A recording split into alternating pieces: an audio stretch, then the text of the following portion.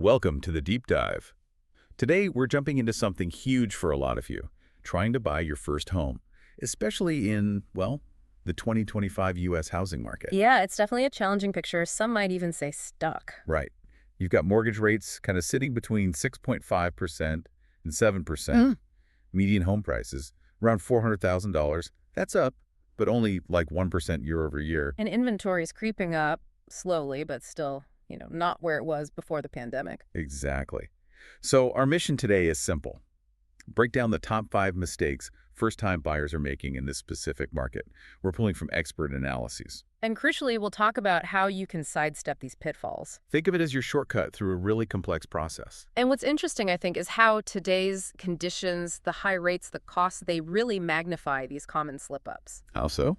Well, you see more listings popping up, which is tempting, right? Makes people maybe rush in. Yeah. But affordability is still such a massive hurdle. It just demands a much sharper, more careful strategy than maybe a few years ago. Got it. So let's start with number 1.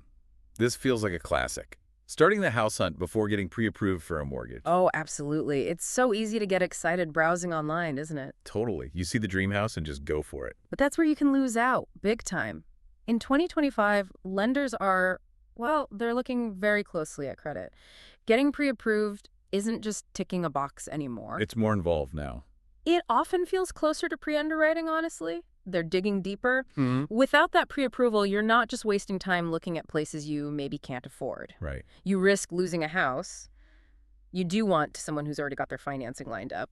Or you might even get stuck with a higher interest rate because the lender sees you as maybe a bit riskier last minute. Okay, so what's the play here? How do you avoid this? Get pre-approved early. Simple as that. It usually locks in your potential rate for, say, 60 to 90 days. Gives you some stability. Exactly. And shop around. Talk to multiple lenders. Even a tiny difference in the rate saves you so much money over the life of the loan. Tens of thousands, potentially. Easily.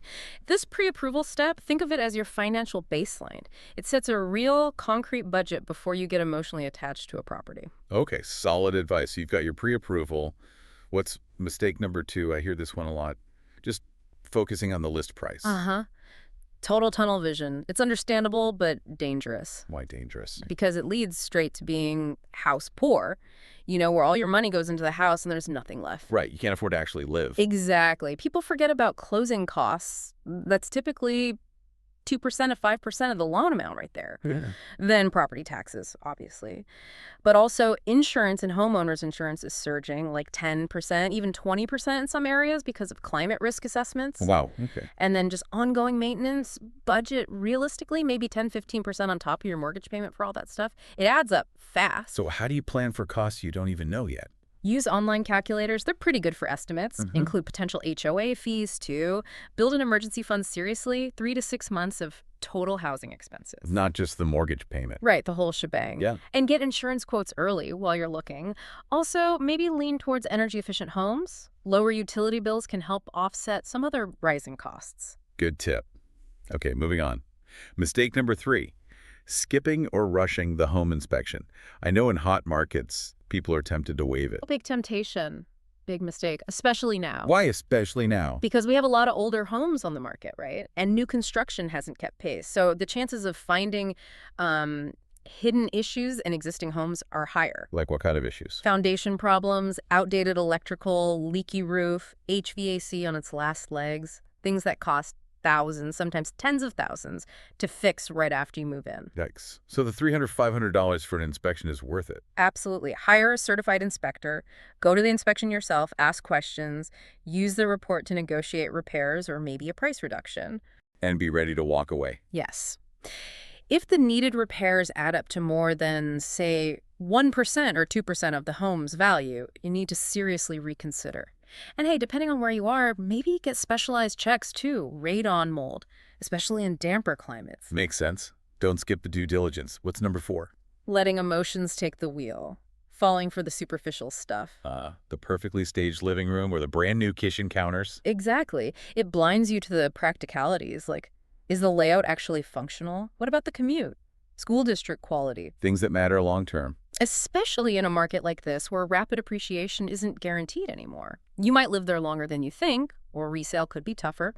Overlooking those fundamentals leads to regret. maybe even financial loss. So how do you stay objective? Make a list. Needs versus wants. Do it before you start looking.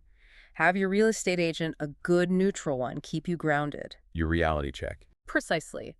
Compare several properties, maybe 3 to 5, seriously, and really try to avoid getting sucked into crazy bidding wars unless the house truly checks like 80% of your need boxes. Good rule of thumb. Okay, final mistake, number 5. Not digging deep enough into the neighborhood, focusing only on the 4 walls of the house. Right. Forgetting it exists in a larger community.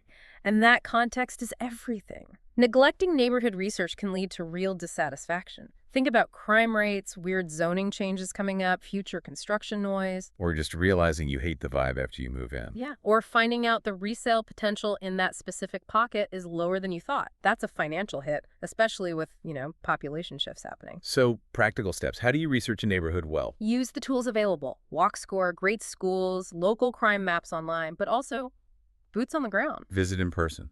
Yes. Visit at different times, morning commute, evening, weekend. Talk to people who actually live there. Check the local city planning office for upcoming projects, and maybe prioritize areas with stable or growing job markets nearby. That signals long-term health. Good indicators. Okay, so let's wrap this up. It sounds like navigating this stuck 2025 market really boils down to being prepared, realistic, and getting good advice. That's the core of it. Preparation, realism, guidance, doing that homework, that due diligence. It doesn't just save you money, it helps make sure you're making a sound investment for your future. Right, not just buying a house, but investing wisely. And maybe, if we connect this to the bigger picture, in a market where everyone, buyers and sellers, seems a bit hesitant, it's worth asking, what does it really mean to invest? Not just in property, but in a sustainable future within the community you choose. That's a great thought to leave people with. So think about that, and think about your next steps for getting financially ready and doing that crucial homework. Until next time on The Deep Dive, keep digging deeper.